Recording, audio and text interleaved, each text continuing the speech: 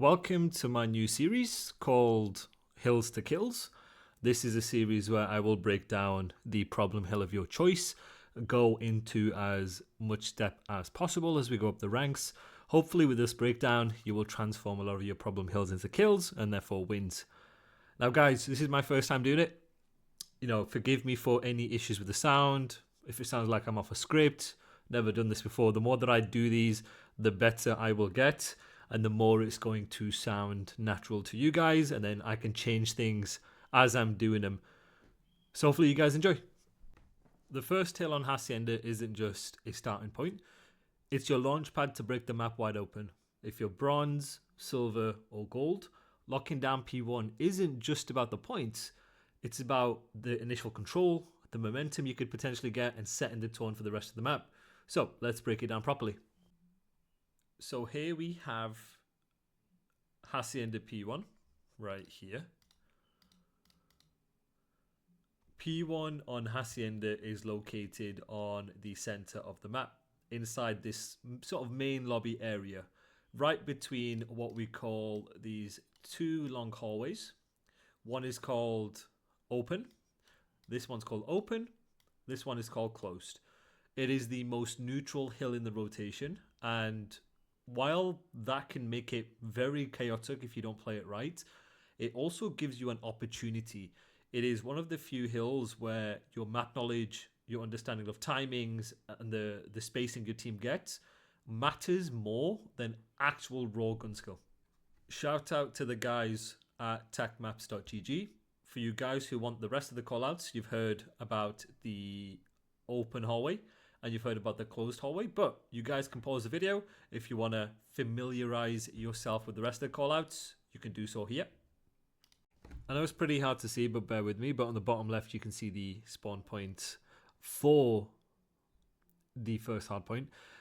For you newer players in this, bronze, silver, and gold, the game has what we called a map progression spawn system, meaning based on these lines that you see for this first hardpoint specifically, the further you are pushed up on the map, based on certain rules, the deeper the enemies are going to spawn. The game is looking for you to spawn in the safest place possible in accordance to the position of the enemy. So, the positioning of you and your teammates will entirely dictate where the enemy is spawning. The positioning of the enemies will entirely dictate wherever you are spawning. So you see the 50-yard line, the vertical line on the hill. If you are not past this line, the enemies will get the closest, safest spawn possible in relation to the hill.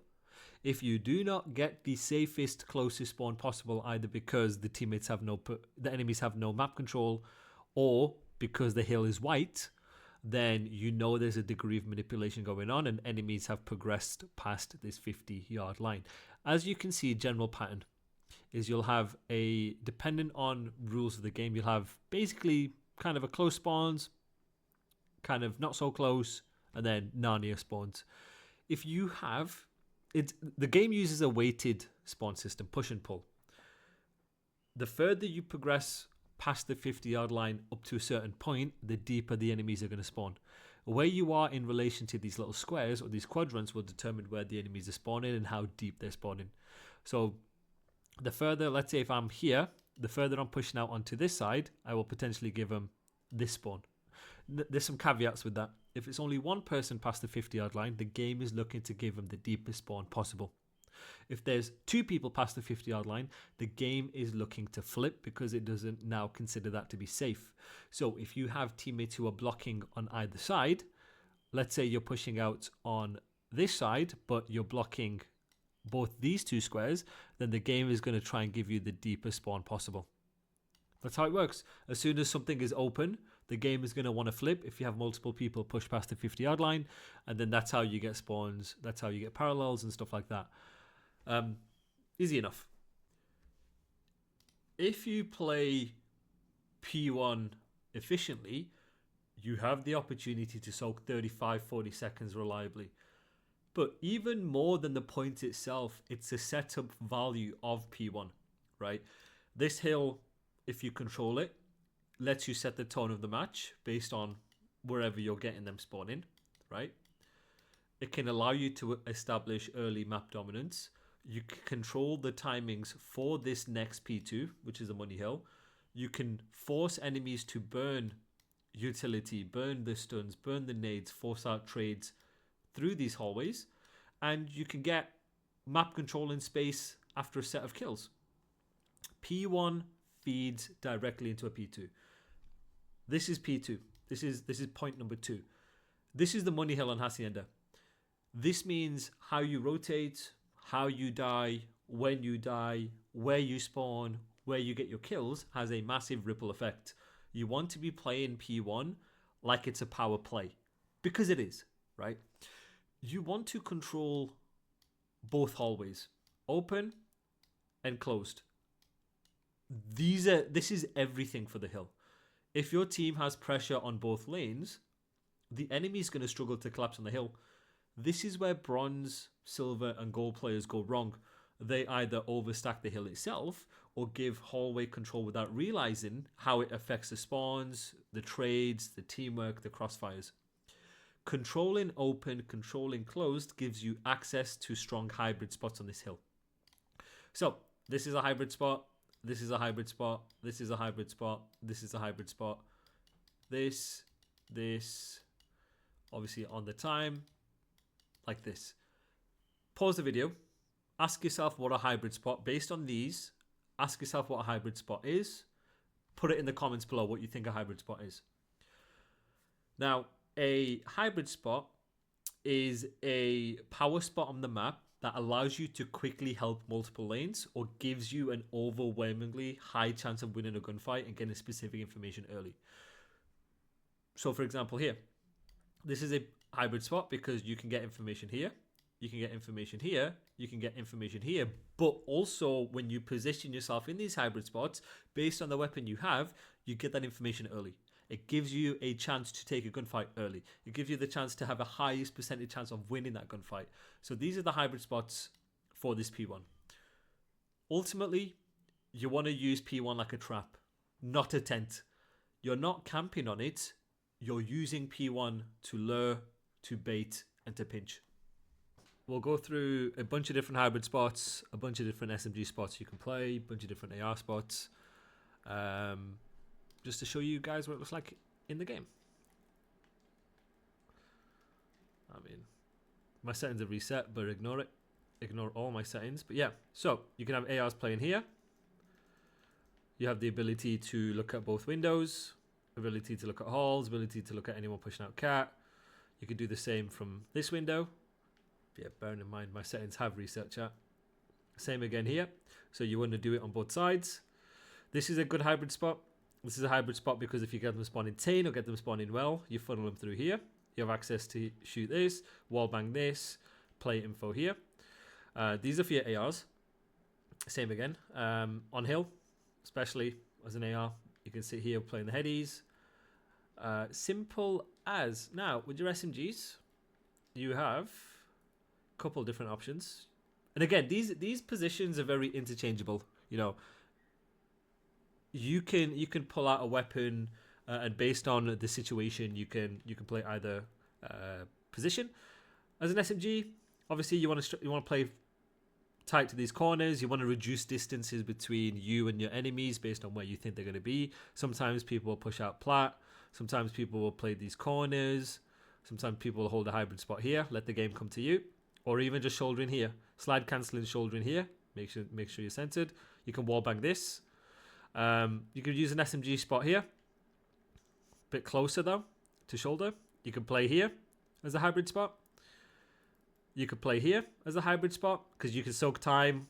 You can watch here, and then enemies have to force out to come clear you. You can then be in a position to climb up and help in either side. Remember, a hybrid spot is a position where you can help in either lane instantly. Similar to what we call a progression spot. Progression spots are spots you want to play in order to stay alive and let your team come and help you. Same again here. You can play these corners as progression spots or hybrid spots. I'm going to use hybrid spot and progression spot interchangeably here, okay? As an SMG, you have the ability to play through here, what we call secret. Play around as a progression spot to kill people here, buy time here, same here.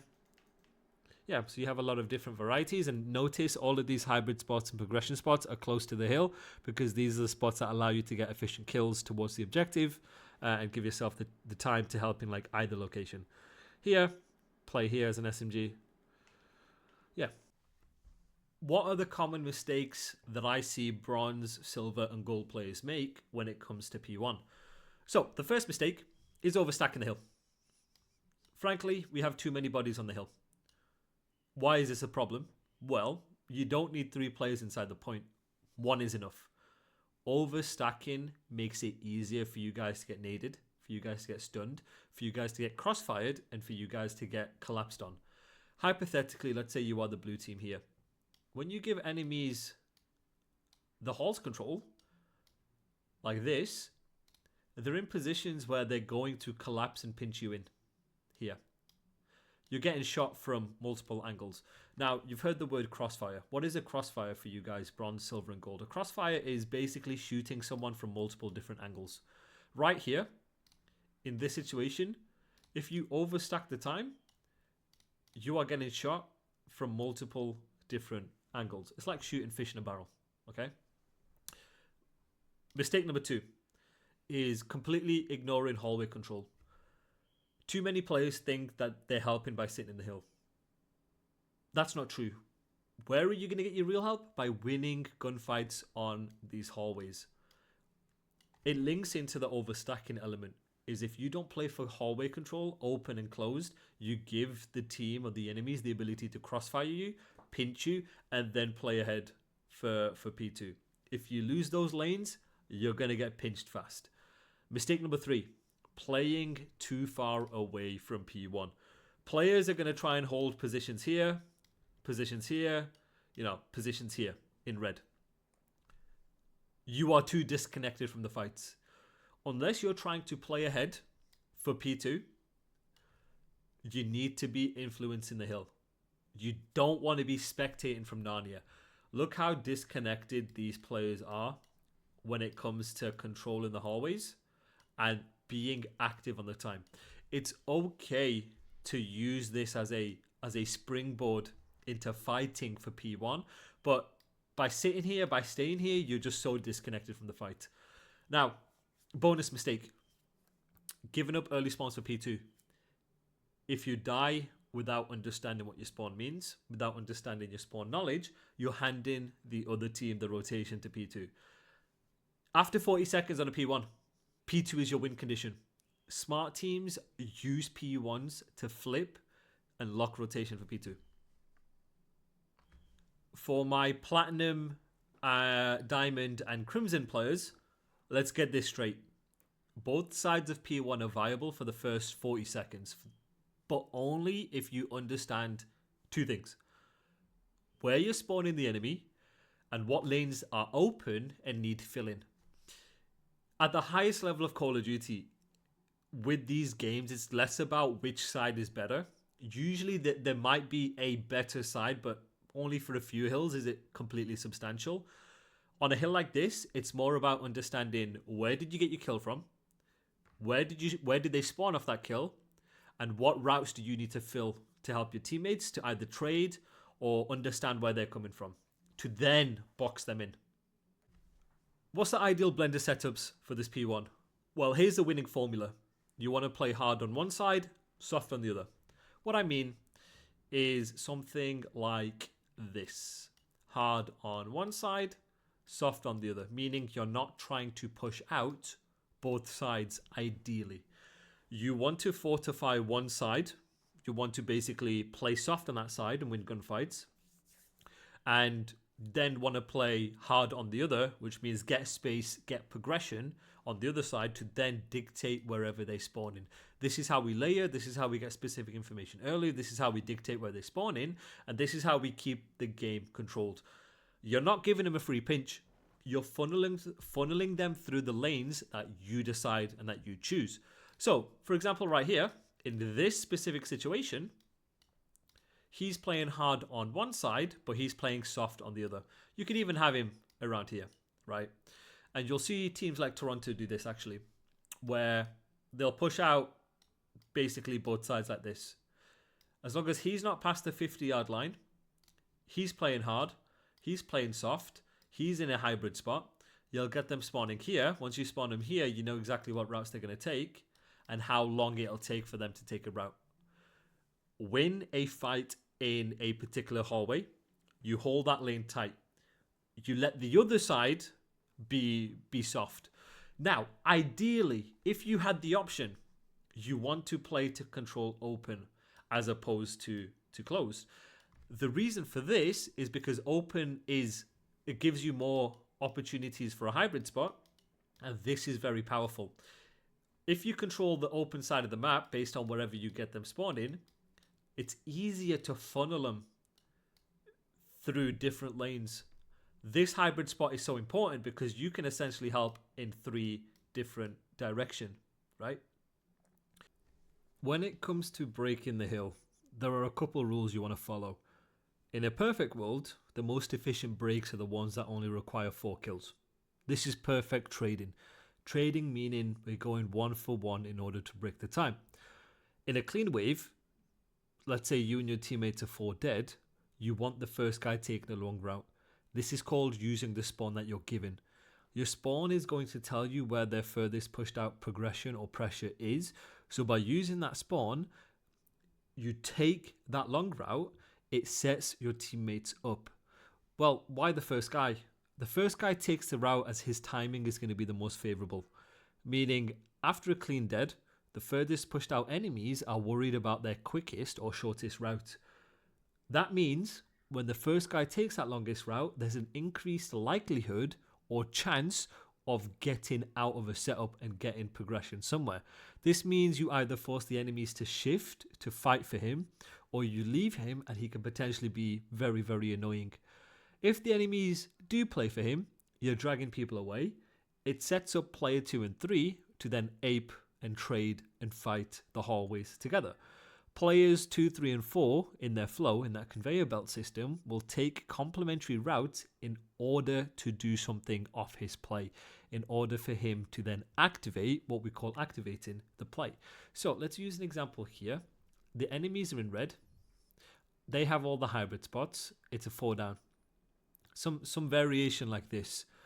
He is forcing you to spawn 10. If you're the first guy, it's on you to take long routes based on the timings, based on the situation. It's up to you to decide, but it's going to be the first guy who has to take the route. In that case, player 2, 3, and 4 can then take complementary routes based on whatever he wants to do. You could have player 2 and player 3 take a 2-man chow on the hallways like this. Player 4 can then take a late chow on this. The way you break is about getting horse control. That will then dictate your timings. Player 2, player 3 are going to force trades together based on what player 1 is doing. The reason why you also want the first guy to take a long route is that with every kill, based on this map progression spawn system, you will spawn them even deeper and manipulate timings, giving you more time and the ability to breathe in that next subsequent wave. This is how you play ahead, and this is how you set up a successful wave. You could do it on this side. You could also do it from this side. It's just about understanding the situation you're in. First guy takes the route. Second, third, last. You could even do something like this. Second guy with him. First guy can go all the way. It's just on the first player to set up that wave. Depending on how it looks like will determine what these guys are doing. When you are breaking a hill, you're trying to get specific information to predict and understand how a team is holding a hill, to then either trade, take risk by getting through, take timings, or isolate gunfights, right? In either case, the goal is try to play halls control, like we've mentioned. Ideally, you want to control open over closed when it comes to holding a hill, but when an enemy team has full map control and they're holding, based on wherever you're spawning, understand what pressure that they have. You want to flip the map on them. Read the pressure, flip the map on them. It then mitigates the advantage that they have from the halls control. You take the fights that you think are the weakest and the softest, right?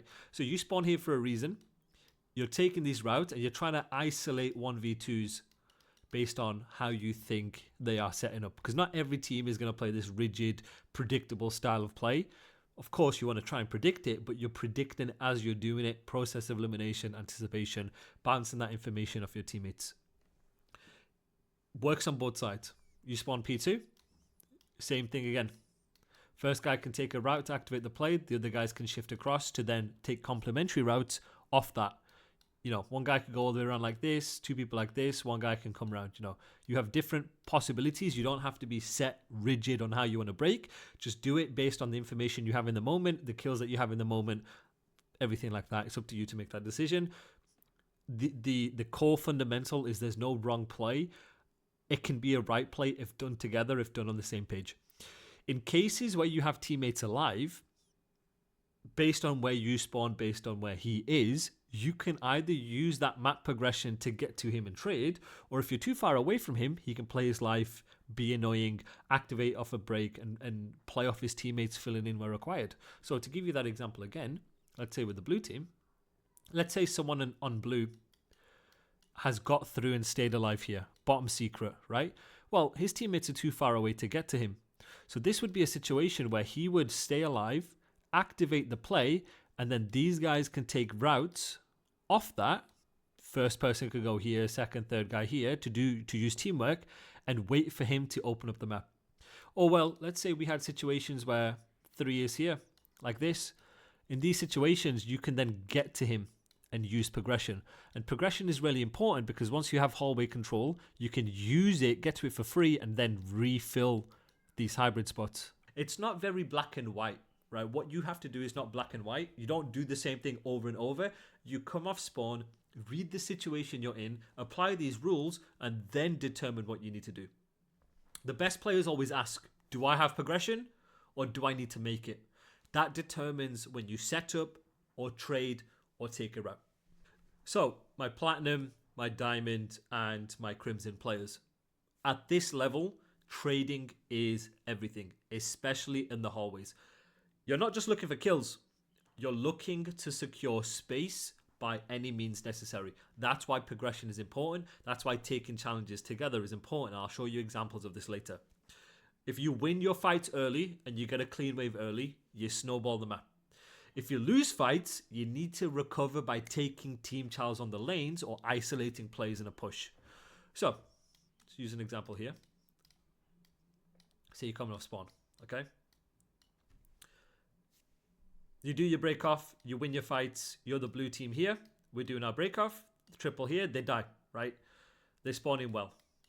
Well, now we can snowball the game. Now we have everything. Everything meaning we have the hybrid spots, we know where they're spawning, we know what routes they're going to take, okay? But what if you don't win that? Well, you double something. Do we have progression? No, we take routes. Do we have progression? Okay, we get to him. If we don't have progression and we don't take routes, well, we can double something. We can play to isolate someone. We can play to double him. We could play to double him, right? Play to either take routes and then take the same fights complementary to each other to then force trades like this. Let's say we push out like this to then get halls control. And I'll show you examples of pro players doing it.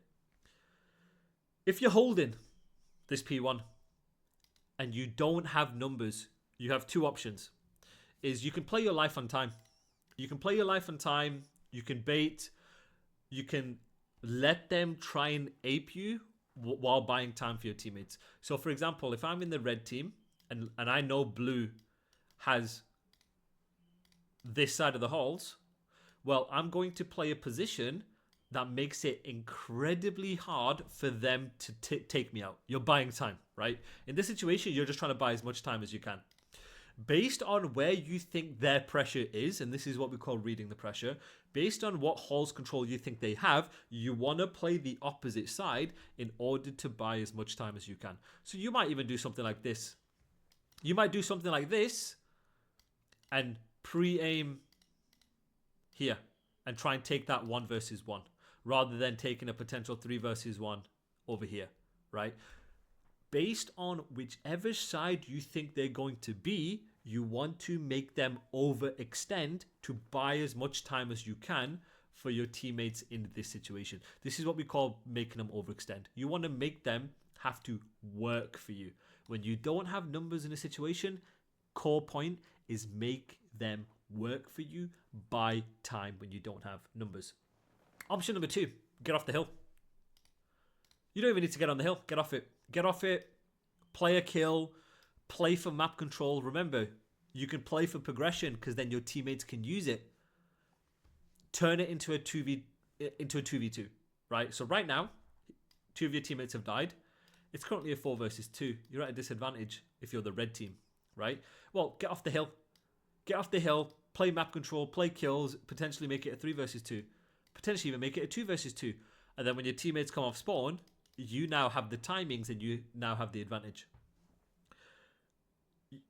The entire time this is happening, your teammates off spawn need to pick a side to commit to, and the timing needs to be tight enough to make the enemy overextend. Make them overextend, play for the priority trades, be efficient on the trades. That's why some kills matter than most, to then set up an advantageous position for you guys. My iridescent and top 250 players, at this level, you're already tracking where they spawn. Who died, in what order. You get the kill, you're immediately asking, where are they spawning?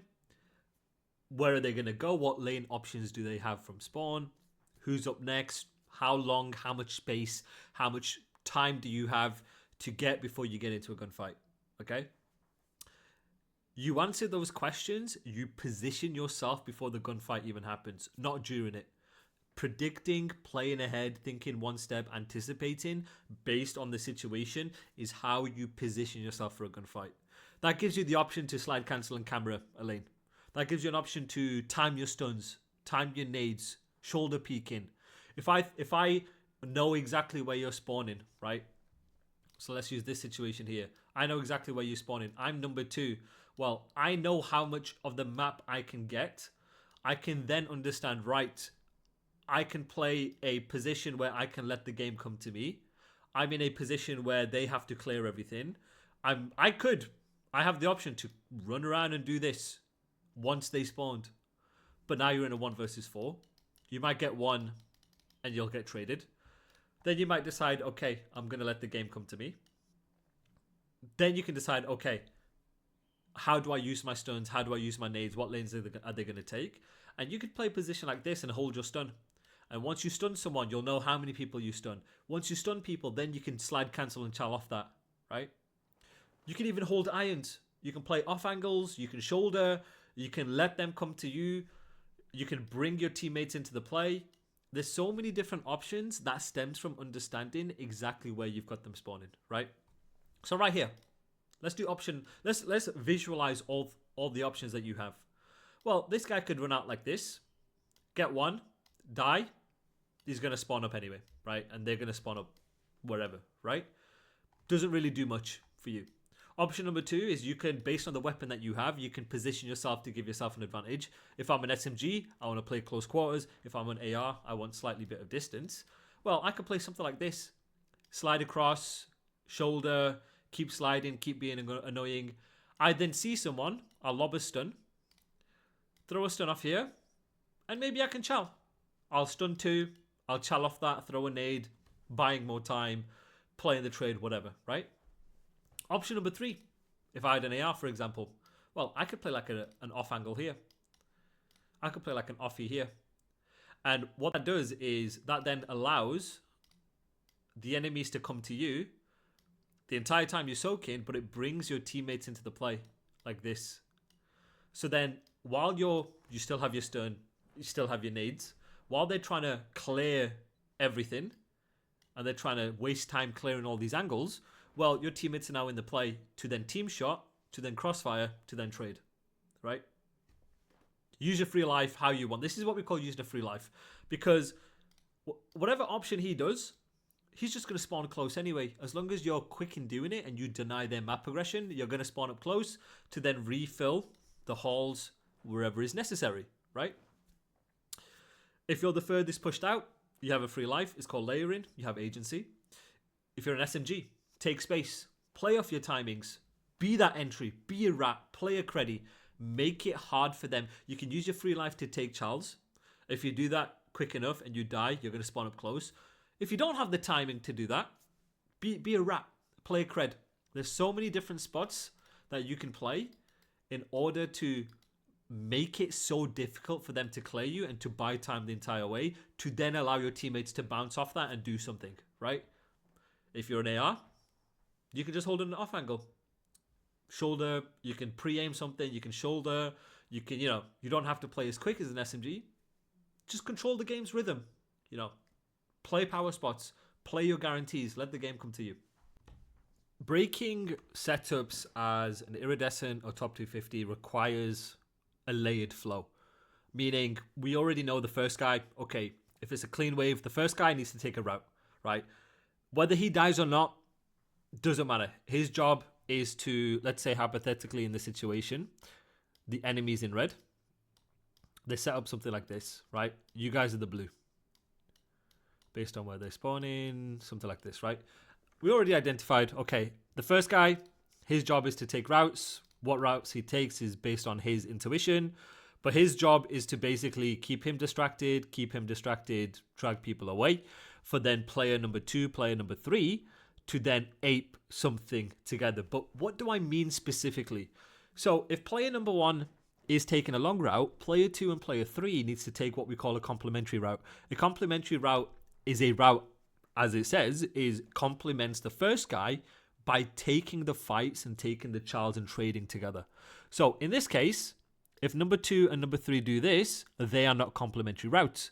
The reason why that's not considered to be a complementary route is because you're not in a position to do anything to help this fight, right? Or this trade. That's a lack of efficiency. Whereas if number 2 and number 3 took this route, well, it is now more complementary because you're in a position to trade and do something off the information that the first guy is getting, right? But how do we want to specifically break? Well, at the highest level, baiting and switching is one of the most efficient forms of teamwork in breaking a high-level setup. Now, when you're breaking a hill, you understand timings, you understand setups.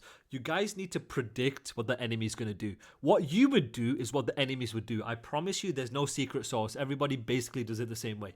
So when you're coming off spawn, you're trying to predict, you're trying to anticipate, and you're trying to use process of elimination to figure out exactly where they're going to be. Now, you don't know specifically where someone is going to be. You have a general vague idea, but your job in a break is to figure out exactly where people are going to be, because that specific information allows you to set up your child and do something, right? But say right here, you're number 3, you're the second guy, you're the third guy. You're going to be clearing your angles, right? Because there's so many different spots they could be in. And as you're clearing these angles, you're checklisting off your head. He's not here. Could he be here? Could he be here? Could he be here? That then will determine how you then clear and child things together. But let's say hypothetically in this case, number 1 is here because he's just killed you, right? Well, if he's taking a long route in order to set up the wave, what player number 2 and player number 3 need to do is ape something together. Remember, Hall's control is paramount to this hill. When you ape something together, you are taking the same fights. How do we ape? Is by baiting and switching. The first guy slides long, burns aim assist, forces number 1 to reposition, forces number 4 to reposition, while the second guy snaps, pre-fires, or takes that chal, trusting the timing and trusting the info. This is hive mind. Player number 2 and player number 3 are not taking individual gunfights. They're working in sync. They're breaking the setup with what we call misdirection and decisiveness. When it comes to breaking a hill, guys, you want to make it feel like to the enemy team you are everywhere on the map. And when you make it feel like you are everywhere on the map, you can then isolate gunfights. So right here, if you're the blue team, you want a 1 versus 2, the red team, to then make it into a 4 versus 3. You want to do the same here. It's about understanding where the enemy is set up, how they're setting up, and trying to isolate in real time, being decisive and communicating how we want to take the Charles. Because then let's say this guy's dead. He's off the map. You're now in a 4 versus 3. you can then have access to the hallways to then control these hybrid spots to then do something with that. Now it's gone from you're breaking a hill to now a disadvantage, mitigating the disadvantage into now an advantage. The advantage is now yours to then play the wave, how we discussed before, in either the three ways. That is how I want to specifically break. And the more you play, the more you're in a pro team, the more you'll understand the game plan and the more you'll have an idea of how you exactly want to break. Sure, if you want to bait and switch this side every single time, you see nothing here, well, that's in your head saying, right, there's nothing here, but potentially he could be here, right? So that's how we then have a game plan, and that's how we then have teamwork, and how pros have teamwork in when it comes to breaking. At the highest level, when you're setting up for P1, you never really want to play solo.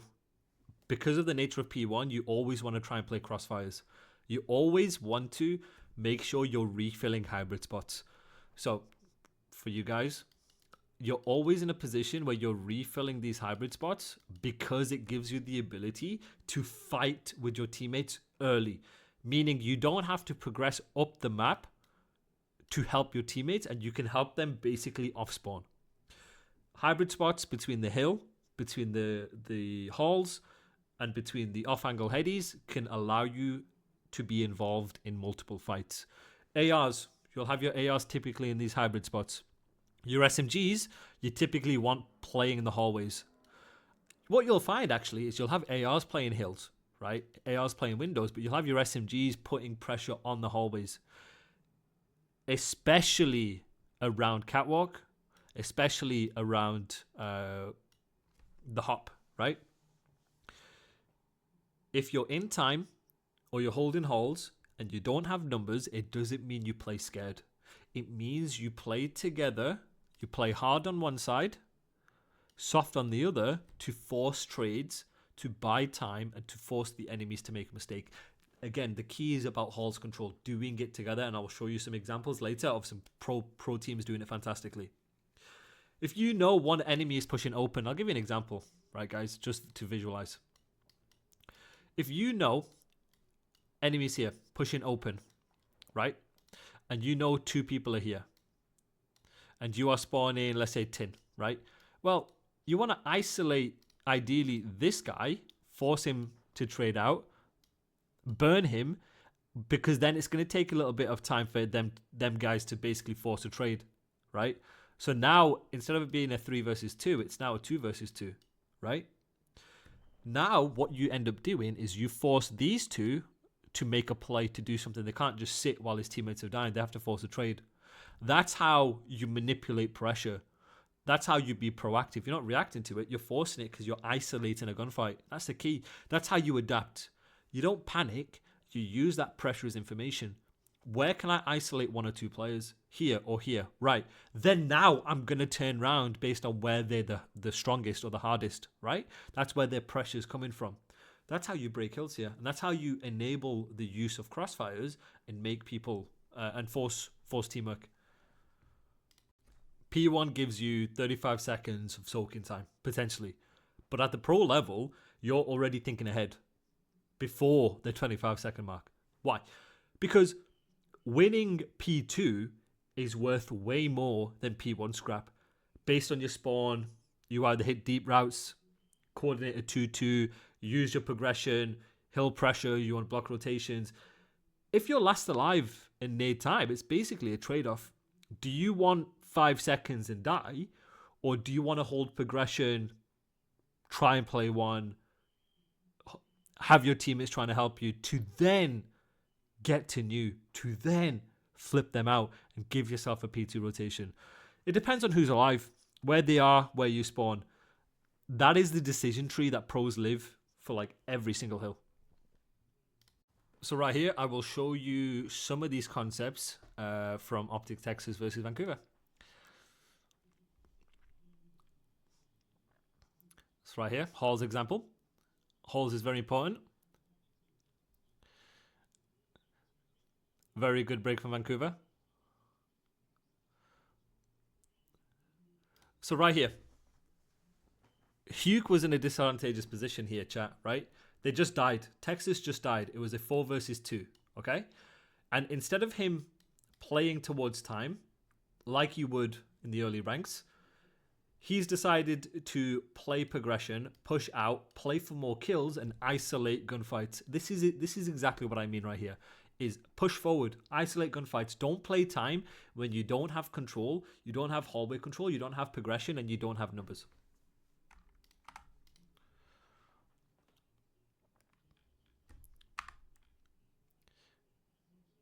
Now, for high level for you guys, look at the way they end up breaking. So they haven't taken a route because they're not the first guy, because it's not a clean wave. They don't need to take routes. They still have progression, right? So right here. 4 and 2 still have progression. They still have map control. They're still going to fight it, right? This is situational awareness. Now, look at number 4 and look at number 2. Group up together to take fights for the hallway, to control open. And look how they bait and switch. Look how the first guy is sliding deep for the second guy to get 3 kills. That's how we use teamwork to make the break easy for you guys.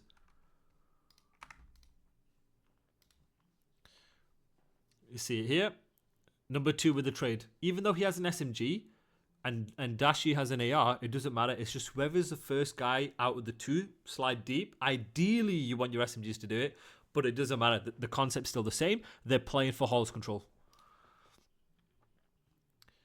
And now they'll know exactly where they're going to be spawning them. 26 seconds. Now they're playing ahead. Halls control is very important. He spawns here, which tells you, right, someone's around this area. He has progression open. Right, now they die. 18 seconds. They're going to be play for open control.